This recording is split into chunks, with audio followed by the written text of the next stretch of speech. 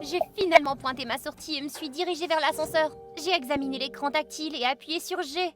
Direction la maison. Soudain, l'ascenseur s'est arrêté. La lumière a clignoté puis s'est éteinte. Non, non, non, non, non, non! Je me suis précipitée vers le panneau. Une étincelle a jailli et tous les numéros d'étage ont disparu. Sauf 1, 13.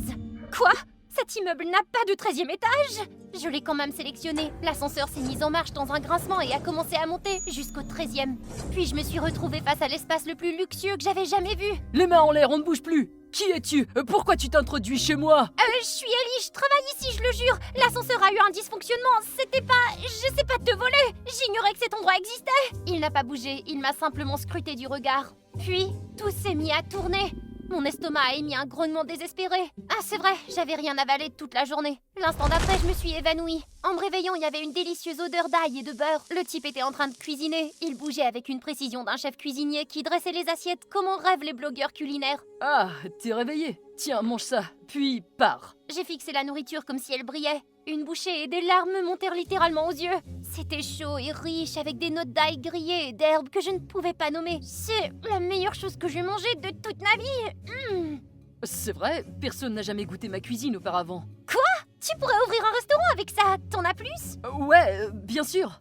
L'instant d'après, les assiettes étaient empilées comme un jeu de Jenga. Mon ventre était gonflé comme un ballon et... Ah, j'ai tellement sommeil. Non, non, attends, ne t'endors pas. Trop tard, mon ami. Le lendemain, mon réveil m'a ramené à la vie. J'ai regardé autour de moi, encore à moitié endormie. J'étais de retour au bureau. Hein? Est-ce que j'avais rêvé? Avant que je puisse comprendre, les gens ont commencé à arriver dans leur bureau. Ellie, la tâche d'hier est-elle terminée? Vous l'avez envoyée à 22h30, comment j'aurais pu... Ce n'est pas mon problème, tu ferais mieux de rester tard aujourd'hui pour terminer cela. Des excuses, oh. Voici Miranda. Le genre de patronne qui reste assise pendant que moi, la stagiaire, je fais littéralement tout. Les rapports, les budgets, même prendre ses rendez-vous d'épilation. Ouais, je suis sérieuse. Il y a eu tellement de moments où j'ai rêvé de lui crier dessus. C'est injuste! Je mérite mieux que ça, espèce de sorcière paresseuse! Mais je ne l'ai jamais fait, parce que je ne suis qu'une stagiaire, une inconnue. Et les inconnus, ils ne se lancent pas dans des combats qu'ils ne peuvent pas gagner. Je ne pouvais pas me concentrer de la journée. Mon cerveau était obsédé par cette bouchée de paradis. Alors naturellement, à chaque pause, je me précipitais vers l'ascenseur pour vérifier. J'ai tapoté, glissé et même déclenché l'alarme de sécurité, mais pas d'étage 13. Oh! À la fin de la journée, je me suis traînée jusqu'au parc pour me vider la tête, mais j'ai senti quelque chose de doux effleurer ma jambe. Un chat! Avec un collier, perdu peut-être?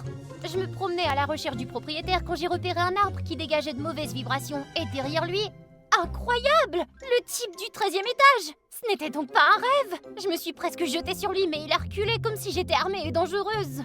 C'est mon chat, pose-le par terre. C'est moi qui l'ai trouvé, tu ne vas pas me remercier? Par exemple en devenant mon chef cuisinier personnel? Il s'est figé stupéfait par mes paroles. J'ai continué à le couvrir d'éloges jusqu'à ce que son visage soit rouge de colère. Très bien, je cuisinerai, mais c'est toi qui feras les courses. D'accord, facile. Allons-y. Il lui a fallu une éternité pour me dire son nom. Cass. Et le plus incroyable, il était propriétaire de tout l'immeuble, sans blague. Il était tellement asocial qu'il avait littéralement effacé son penthouse au 13e étage des plans. Personne ne pouvait y accéder.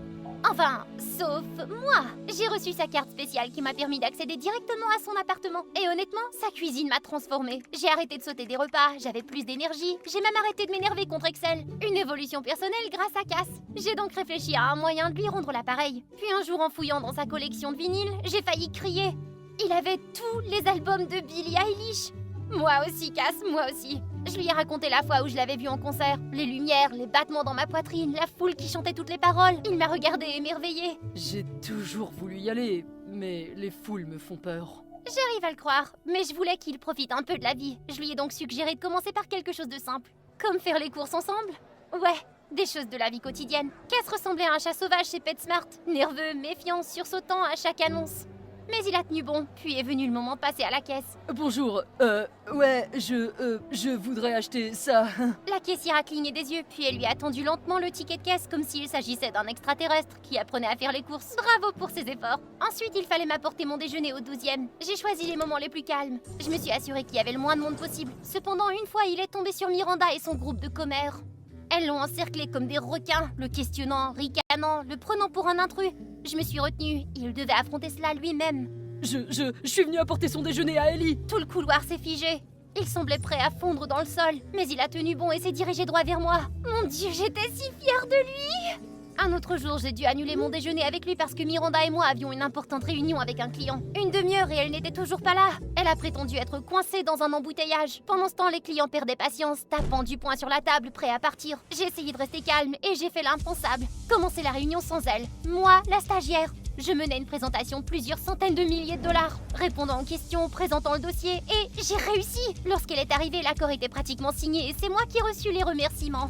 Je suis sortie de là sur un petit nuage et j'ai décidé de m'offrir un repas dans mon restaurant préféré. Mais le propriétaire, le vieux monsieur Han, m'a apporté mon plat avec un regard qui annonçait de mauvaises nouvelles. Il semblait que les affaires allaient mal et qu'il allait devoir fermer. Mon humeur a soudainement chuté. J'ai essayé de savourer chaque bouchée quand j'ai senti cette étrange présence. Cass, le visage collé à la vitre, me lançait un regard noir comme si je l'avais trompé. Avec la bouffe de quelqu'un d'autre. Je lui ai fait signe d'entrée, je lui ai expliqué à quel point ce restaurant était spécial et je l'ai présenté à monsieur Han. Oh, c'est ton petit ami. Cass s'est crispé mais monsieur Han lui a simplement tendu la main. Tu n'as pas besoin de parler, je comprends, tu n'aimes pas les étrangers, pas vrai? Cass a cligné des yeux puis lui a serré la main. Un petit geste mais énorme pour lui. Quelques jours plus tard, j'ai reçu un SMS. Nouveau point de livraison derrière le restaurant près de ton bureau. Bizarre. Je m'y suis rendue complètement perplexe. Puis j'ai remarqué que le vieux restaurant était bondé. Une file d'attente devant la porte. Les gens se disputaient les places. Puis j'ai aperçu Cass qui jetait un œil depuis la porte arrière, vêtu d'un tablier, tenant mon déjeuner avec un sourire. Surprise, j'ai acheté cet établissement. Quoi? Il s'avère qu'il aidait secrètement Monsieur Han depuis des semaines. Il a revu le menu, modernisé la cuisine et même ajouté un nouveau guichet pour les plats à emporter. Les gens adoraient. Et maintenant, il était le chef cuisinier. C'était énorme. Cass, celui qui sursautait quand l'ascenseur sonnait, dirigeait désormais un restaurant. J'étais si fière de lui. Après cela, je suis venue tous les jours. Je m'asseyais dans un coin, je le regardais travailler et j'attendais la fin de son service. Puis on rentrait ensemble à la maison. Un après-midi, je suis passée comme d'habitude, mais je me suis figée en entendant la voix de Miranda. L'assaisonnement est horrible et ce steak est cru. Mais vous l'avez commandé saignant. Pas d'excuses? Honnêtement, je devrais être dédommagée. Peut-être qu'un rendez-vous pourrait compenser cela. Quoi? Cette sorcière! Miranda! Vous ne pouvez pas appeler ça une compensation. C'est pas un feuilleton trash. Il est un chef, pas un profil sur une application de rencontre. Tout est devenu silencieux, puis les clients ont commencé à hocher la tête me soutenant. Le visage de Miranda est devenu rouge. Elle a attrapé son sac à main et est sortie en trombe. Et Cass, il m'a regardé comme si je venais de le sauver. Le lendemain, Miranda m'a convoquée dans son bureau. Je m'attendais à être réprimandée, mais au lieu de cela... Tu t'occuperas de la présentation client demain, c'est la plus importante du trimestre, ne rate pas ça. Je n'en croyais pas mes oreilles, c'était ma chance. J'ai passé toute la nuit à perfectionner mes diapositives, graphiques, analyse de marché, tout était codé par couleur et j'étais prête. Le lendemain, quand j'ai lancé ma présentation avec assurance, c'était un désastre. J'ai eu l'estomac noué en voyant Miranda assise tranquillement au fond de la salle, sirotant son café comme si elle n'était pas en train de voir toute ma carrière partir en fumée. Quelque chose s'est brisé en moi. J'ai commencé à parler de mémoire. J'ai tout expliqué, de la stratégie aux projections. Je maîtrisais mon sujet. Quand j'ai eu fini, la salle était silencieuse. Apparemment, certains cadres n'étaient pas impressionnés. Ils voulaient du professionnalisme. J'ai essayé d'expliquer ce qui s'était passé, mais Miranda m'a interrompu. Nous sommes tous responsables de notre travail. Certaines personnes ne sont simplement pas prêtes. Quelque chose en moi s'est brisé. Vous avez planifié cela, pas vrai? Vous vous êtes servi de mon travail pendant des mois, me traitant comme si j'étais jetable, comme si votre succès était magique. J'en ai assez! Je démissionne! Bonne chance sans moi, sorcière paresseuse! Puis j'ai rassemblé mes affaires et je suis partie. Mais dès que je suis arrivée dans la rue, je me suis effondrée. Tous mes efforts avaient été en vain.